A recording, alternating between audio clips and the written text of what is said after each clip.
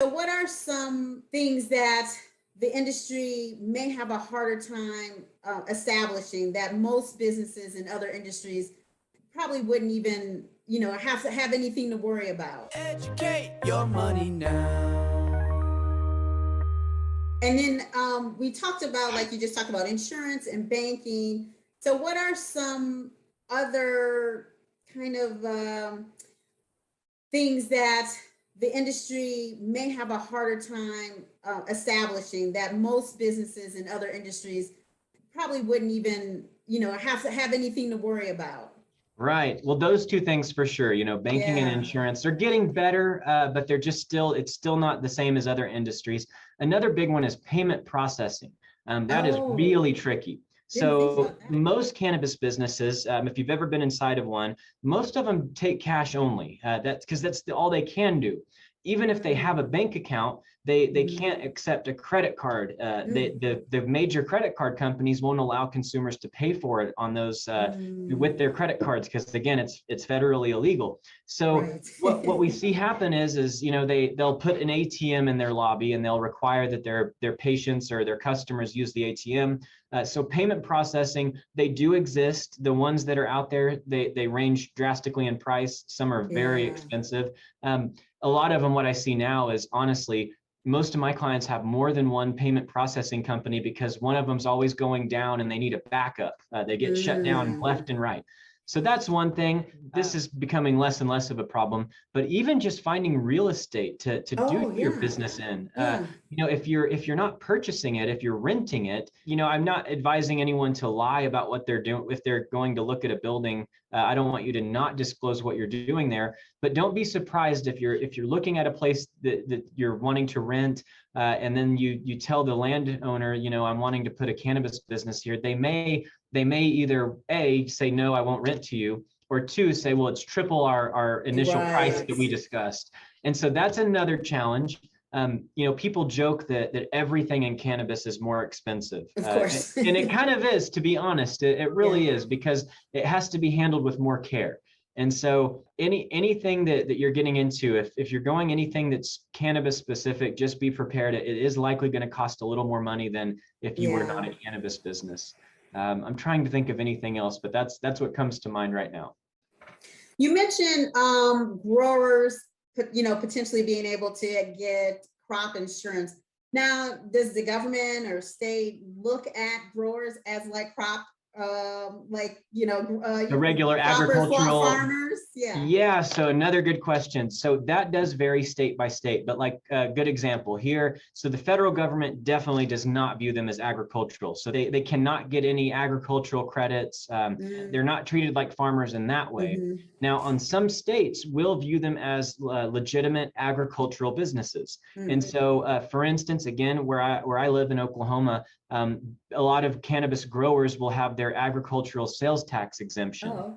So they're an agricultural business on the state level, but not on the federal level. And in a similar thing, where some states are medical only, other states are medical and adult use. That's true. And so, and those, it does vary state by state, but with a lot of the places that are medical and recreational, 280E applies on a federal level, but there are sometimes, if your state has recreational adult use legalized, there are a lot of times you can take deductions on the state level that you're not allowed to take on the federal level.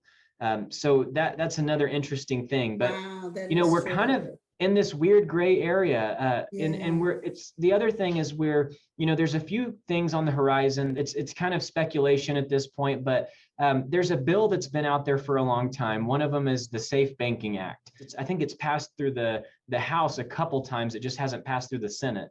But if it does pass, it basically allows cannabis businesses to bank just like any other normal business. The FDIC can insure their money, makes banking much more accessible, much cheaper. So we're hoping that some version of the Safe Banking Act will get passed by the end of this year, hopefully. The other thing is, really in cannabis, everything financially really revolves around this 280E we keep coming back to and talking about. It really has an arm in everything, when you come to talk about cannabis businesses. And so 280E is only in effect for Schedule 1 and Schedule 2 narcotic traffickers. And so, even our current administration had initially stated that they one of their priorities was to reschedule cannabis from a Schedule 1 to a Schedule 3.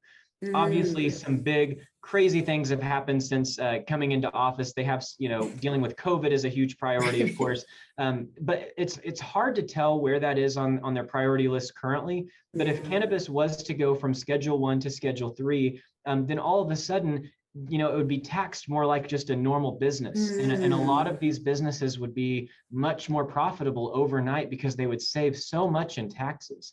Right. So there's some exciting things that hopefully are coming around the corner. We just don't know when that will come. Right. So are there anything else that, Congress is thinking about, or there's things out there government-wise that may come, it probably will be years, but come as a change for this industry?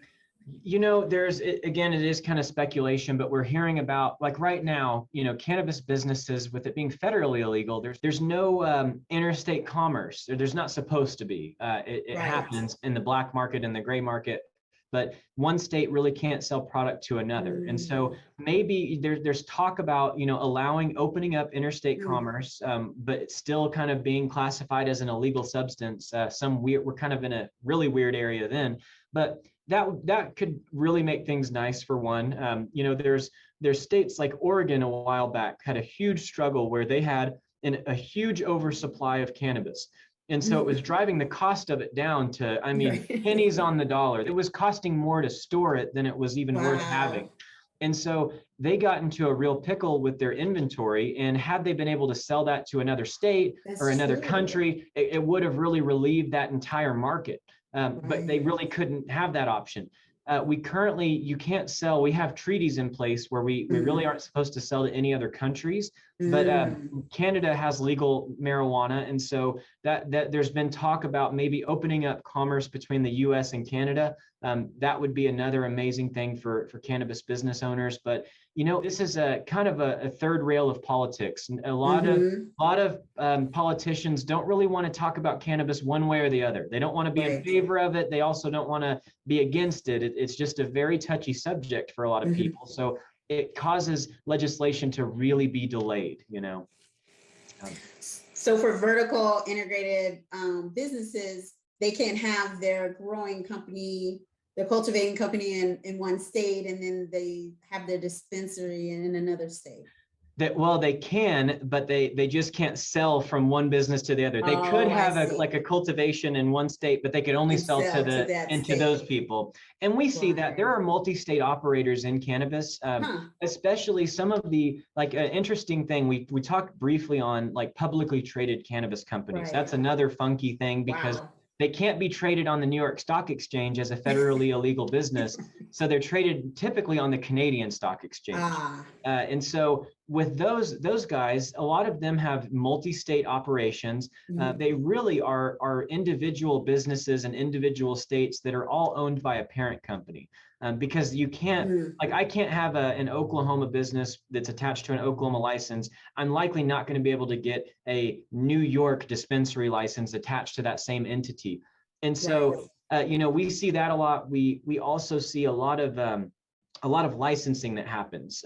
We'll say a big brand out in California that everyone knows of in California, they may not be able to even get a license in Colorado or Illinois. But if they find someone that they can partner with who has a license, they license their product, their recipe, their packaging. So it's like they're operating in multiple states, but it's really just kind of a licensing deal.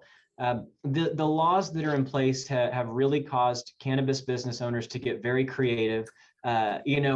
I can remember before banking even was a thing at all in the state that I live in, we had clients that were going to Walmart. They had these prepaid debit cards. You could put up to $9,000 something on it. And they were just buying stacks and stacks of them. So they didn't just have the cash.